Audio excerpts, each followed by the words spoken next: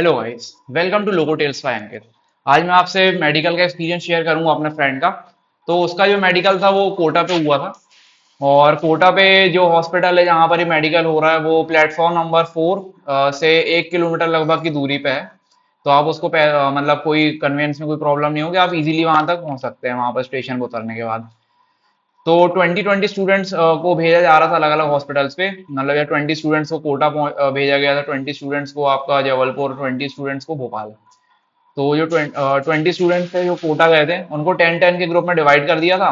और उसके बाद सबसे पहले तो आपके आइडेंटिफिकेशन मार्क्स जो आपने अपलोड किए थे उसको चेक किया था। आइडेंटिफिकेशन मार्क्स में क्या था, जो भी आपने इंजरीज आपकी या फिर तिल वगैरह शो किए थे वो चेक करेंगे। फिर उसके फादर नेम वगैरह आपका कंफर्म करते हैं। फिर उसके बाद आपका जो फॉर्म रहेगा, जो फॉर्म देते हैं उसमें जो भी चीज़ें फिलअप करनी रहती है वो अपने एंड पे आप फिलअप कर लीजिएगा।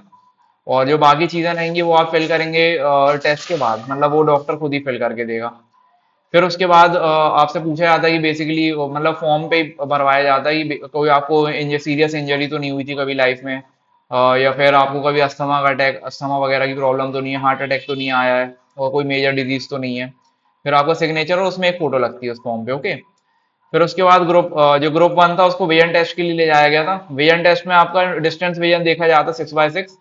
जो आपने उस टाइम करवाया होगा, तो आपको साइको के पहले जो टेस्ट आपने करवाया होगा, अगर आप उसमें पास हैं तो आप इजीली इसमें इजीली पास हो जाएंगे, कोई प्रॉब्लम नहीं आएगी।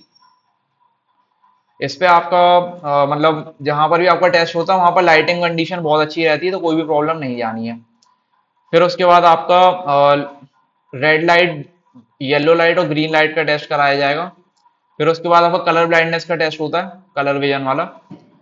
उस पे एक बुकलेट रहती है, उस पे अलग अलग पैटर्न्स और नंबर्स ड्रॉ रहते हैं, तो आपको उसको बताना रहता है।